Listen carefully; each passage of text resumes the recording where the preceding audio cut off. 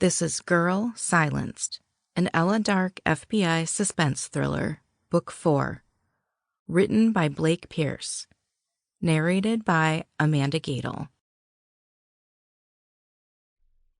Prologue.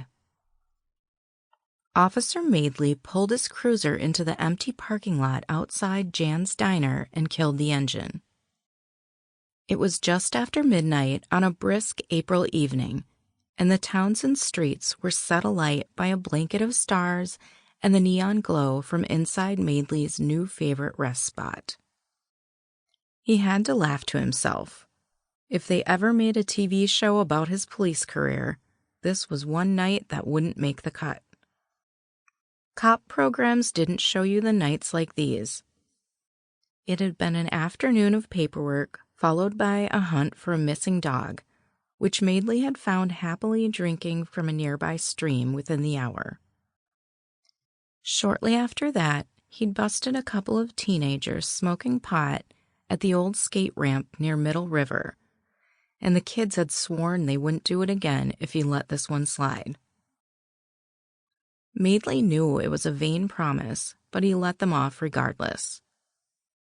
There were far worse crimes to worry about, and hell, what kid hadn't had a subtle toke at some point in their adolescence?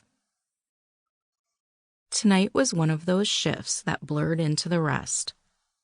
At 2 a.m., he'd clock off, go home, and continue to count down the days until retirement. Just over 300 days to go before he could collect that generous police pension and start building that dream home down in South Carolina. It was all within reach now, so close he could actually smell the timber and the fresh paint. But for now, Madeley stepped out of the cruiser and rolled a cigarette. He watched a few trucks vroom along the highway, enormous in size but sparse in number. There was something quite soothing about the sound of a roaring engine in the distance, something he'd no doubt miss when he migrated to the countryside. He perched the cigarette behind his ear and made his way into Jan's diner.